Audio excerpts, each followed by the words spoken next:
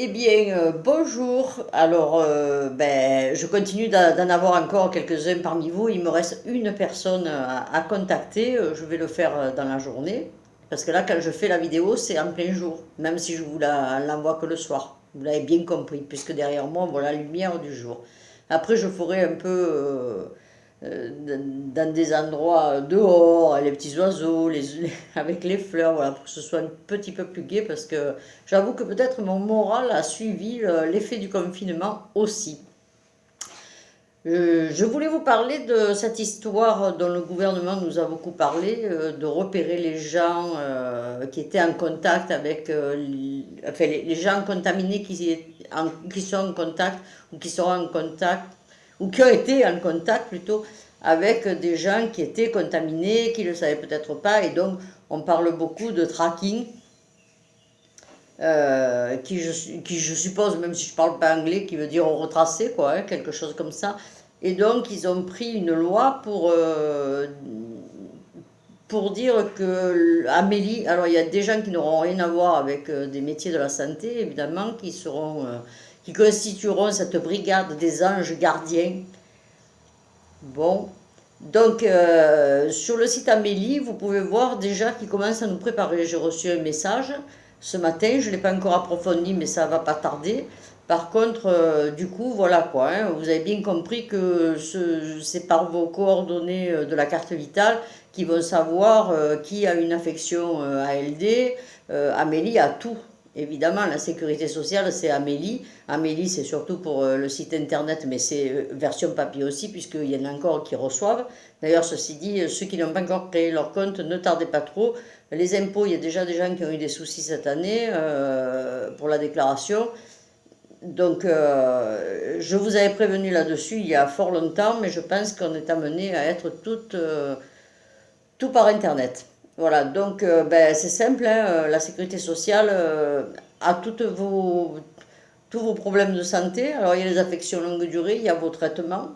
C'est-à-dire que quelqu'un qui n'a pas déclaré, qui n'a pas demandé un 100%, comme on dit, une affection longue durée ou un 100%, ou peu importe, ils savent quand même celui qui a du diabète de celui qui n'en a pas, quoi.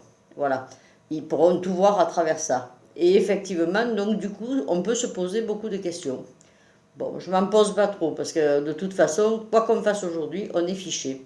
Vous téléphonez, vous ne le savez pas, on est fiché, donc ils savent d'où vous téléphonez exactement.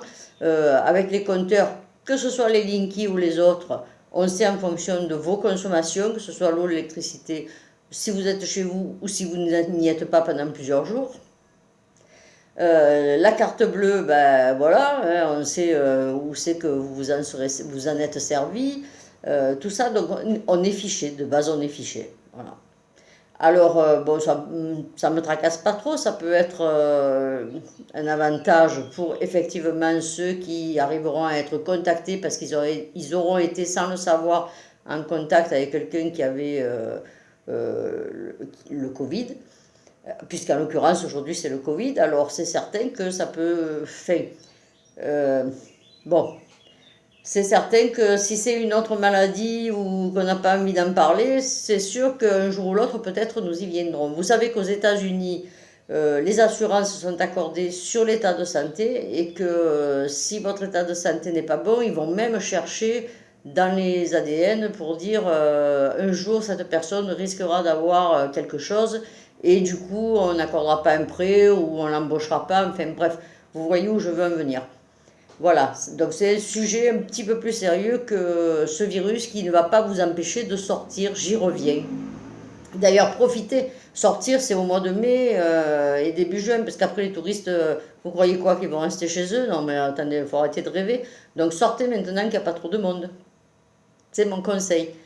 Voilà, donc sinon, vous pouvez toujours aller, même si vous n'avez pas créé votre compte d'Amélie, pour aller voir les informations, ce n'est pas verrouillé. Donc vous allez sur amélie, ameli.fr, et du coup c'est un site officiel, il est très sécurisé, donc vous ne craignez rien du tout. De toute façon, au moment où vous allez sur l'ordinateur, ils ne savent pas où vous êtes passé. Alors, hein, voilà. Allez voir parce qu'il y a beaucoup de messages de prévention, il y a beaucoup d'explications suite à ces repérages de personnes qui auront été en contact avec les autres. Et ma foi, même si vous n'avez pas ouvert votre compte dessus, vous pouvez aller voir. Alors ne vous en privez pas. Quand il y a quelque chose qui peut être intéressant, faites-le. Voilà. Là-dessus, ben, je vous embrasse, comme d'habitude. Et puis je vous dis à demain.